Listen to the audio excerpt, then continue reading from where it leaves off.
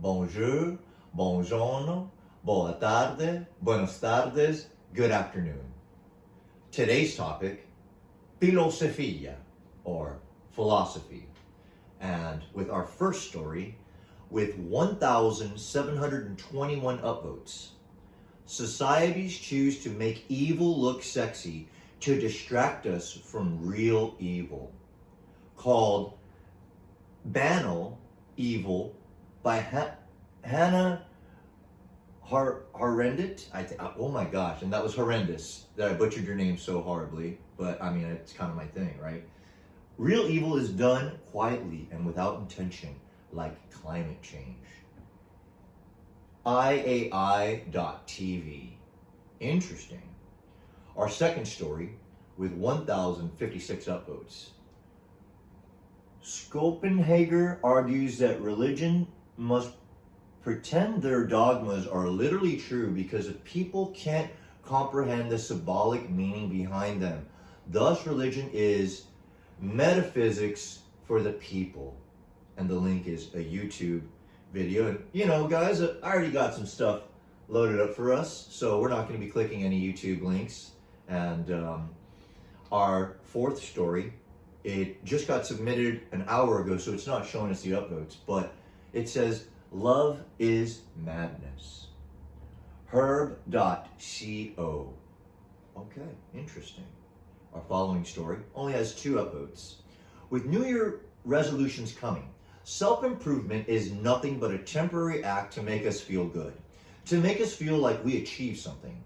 Controlled self-destruction is an effective alternative that is painful, but ultimately achieves genuine improvement and understanding. And this one is also linking to a YouTube video, but very interesting, very interesting. So then I think my take is, if you do want to do self-improvement for this new year and this new you, how about consistency? It doesn't have to be temporary, a temporary act to make us feel good. It can be a consistent, permanent life change, lifestyle change or whatever. And that sounds a whole lot better. So, that being said, our following story with 34 upvotes, The Birth of Ethics, Reconstructing the Role and Nature of Morality. Very interesting. ndpr.nd.edu. Very nice. Our 7th story with 83 upvotes, Data Religions, Religions of the Future. YouTube.com, so we're not going to go with that, But Religions of the Future. So, interesting. That's something I've actually never really pondered before. I don't know if you guys have pondered what type of changes in society or what type of new religions or philosofias. Very interesting. Very interesting. Our 8th story with 932 upvotes. We must take a Kierkegaardian leap of Christmas faith, the philosophical critique against Santa denialism. Oh my God, that's just what I do here, guys. That's part of the entertainment package that we've providing for you all. Our 9th story is not showing the upvotes, but our following story. In this video, I make not one, but 2 philosophical theses. Number 1, language is common property. Number 2, and so whereas the usage of language implies the existence of a we, it is a development of the hand that implies the existence of the I. For it is the hand that can create on behalf of the individual. YouTube.com. Very interesting. Very interesting. Because language is common property. And whereas the usage of the language implies the existence of a we. Very interesting. I like that. Very, very fascinating. Our 10th story with 864 upvotes. The Epicureans Guide to Christmas. Indulge in friendship, celebrate gratitude, and shun luxury. IAI.TV. Okay. Our 11th story is not showing the upvotes, but that's okay.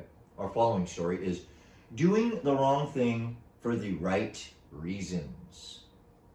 Interesting. So it sounds like maybe that's like their justification or something. But it is from psoup.depcpanel.princeton.edu. Doing the wrong things for the right reasons. Interesting. You know, people want to rationalize their behavior, and they want to do it so that they feel good about what they did in retrospect. Philosophy.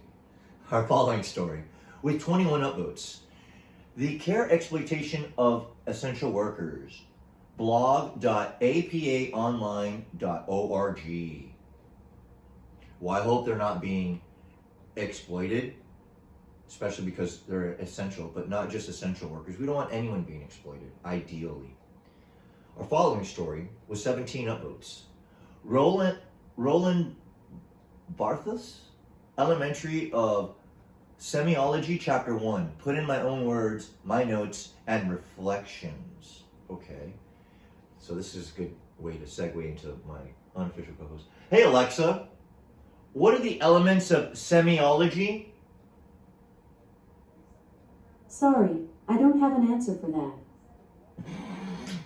Well, unfortunately, neither do I. So we're going to go ahead and move on. Our following story only has 6 upvotes. The Philosophy of Matrix Resurrections. Spoilers and link in video. Oh, okay, yeah. So we're obviously not going to do that. We don't want spoilers. But there was a lot of very interesting psychology and philosophy in the new Matrix movie. Anyways, I didn't finish watching the whole movie, but from what I did gather, it was very interesting and different, and I haven't fully formulated my opinion yet, obviously, because I haven't finished watching it, but, it's still, I'm excited, I love the original trilogy, and I really hope that this 4th piece, fits in, to the Matrix schema. Our following story, with 1,396 upvotes. Religion might have been a scheme engineered originally for the perceived greater good, to facilitate the prosperity of small communities. But with the passing of time, its precepts are less and less connected with increases in well-being, an interpretation of religion under consequentialist lens. Interesting. YouTube.com. And I like the way they prefaced it, saying that religion was engineered, or this is like an hypothesis, right? That they're saying that it could have potentially been originally engineered and schemed for the greater good. And that sounds nice, because religion gives people hope, and that there's a light at the end of the tunnel, and all these beautiful, wonderful things. It doesn't have to be all doom and gloom. And I like that they prefaced it that way. But I guess the old machinations, what it served society and everyone's philosophy back then is changing. So this isn't the first time that religion has come up in this discussion or browsing session that we're having. And it's very fascinating to see what is going to happen with our current religious, orthodoxes. There you go. That's a nice word. Are they going to be new stuff, new age stuff, spirituality, or is it just, VR's coming? Are people going to, prefer to be in the virtual where they can actually see this stuff and create stuff in their environment? I mean, their imagination, and have it there in that environment. I don't know. It's really, really interesting. It's really interesting. An interpretation of religion under consequentialist lens. Wow. All right, our following story, with 19 upvotes. In-depth interview with Yuin Nagasawa. And if I did not enunciate your name correctly, I'm sorry, but butchering names is apparently what I do here. Expert on philosophy of religion.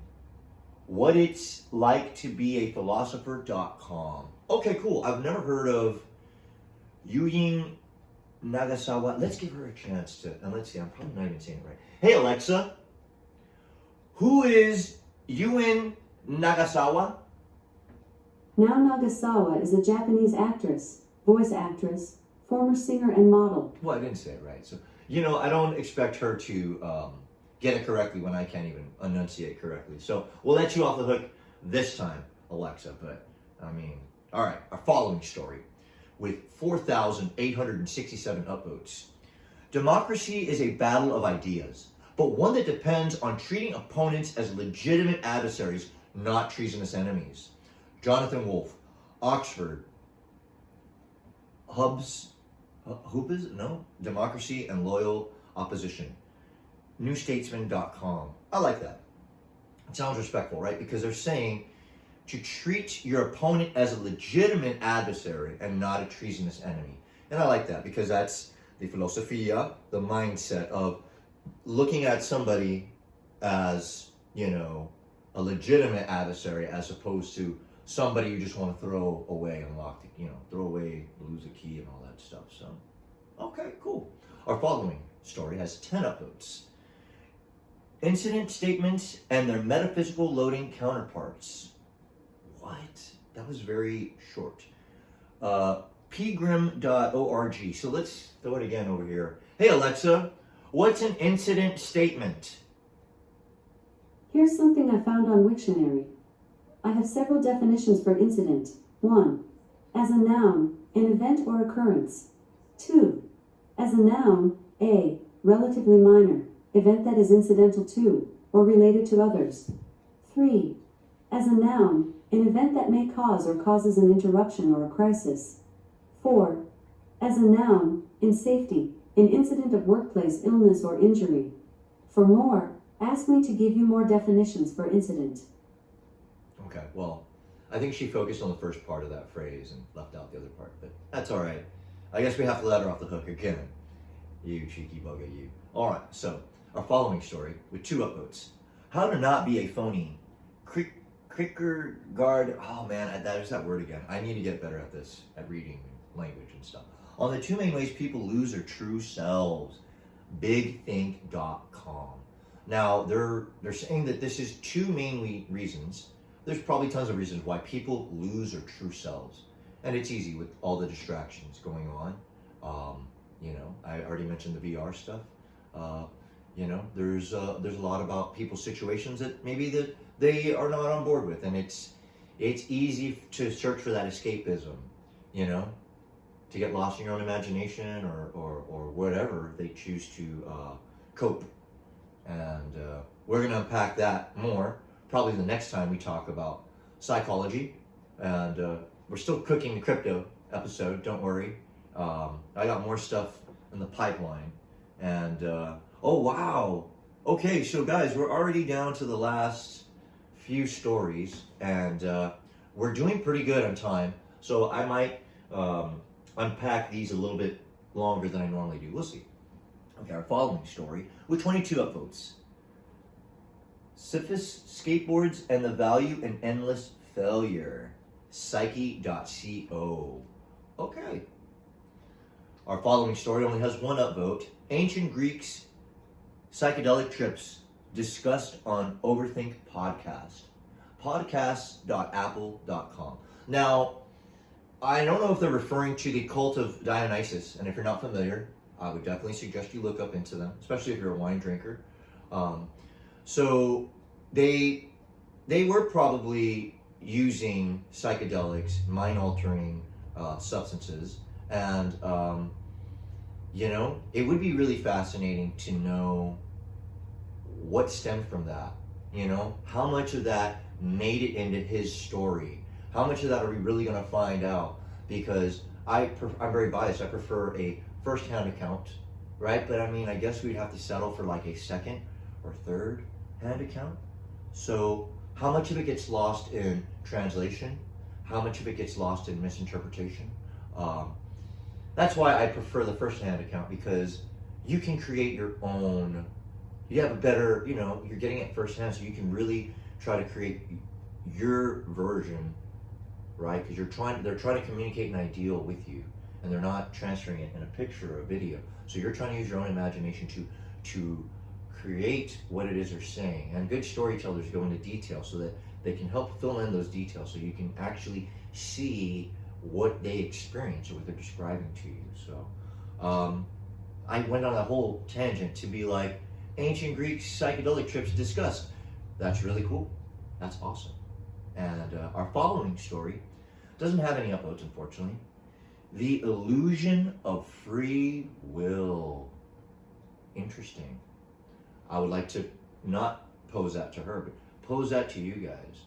Do you think you have a free will? Is it all predestined to just happen the way it's supposed to? For those of you that are very religious, and I say this respectfully, does God already have everything planned out and figured out, or did He give us this vessel so that we can face every obstacle and challenge and rise above them? Because challenges aren't going to change. The way you handle challenges is what I would encourage to change so that you have the desired outcome, right? Okay. So let us know. Let me know what you think. Free will, no free will, destiny, no destiny, Dios Santo, Dios, God. No, I don't know. Let me know. Let me know what you guys think. I love all the feedback, by the way, and I guess because I have a little bit of time, we can, but I definitely appreciate all of the interaction, all of the feedback, everything. I'm hearing everything loud and clear, guys. I'm trying to work out the kinks and set up this, little fun little show as us just browsing, having fun. And this is the foundation. We got some more stuff cooking. So, our third to last story. Masochic Nationalism by Goran Adamson. Areomagazine.com. Misogynist?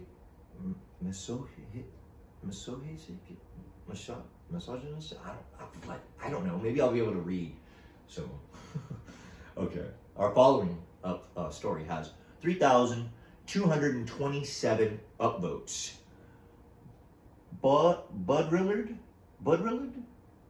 whose book Simulacra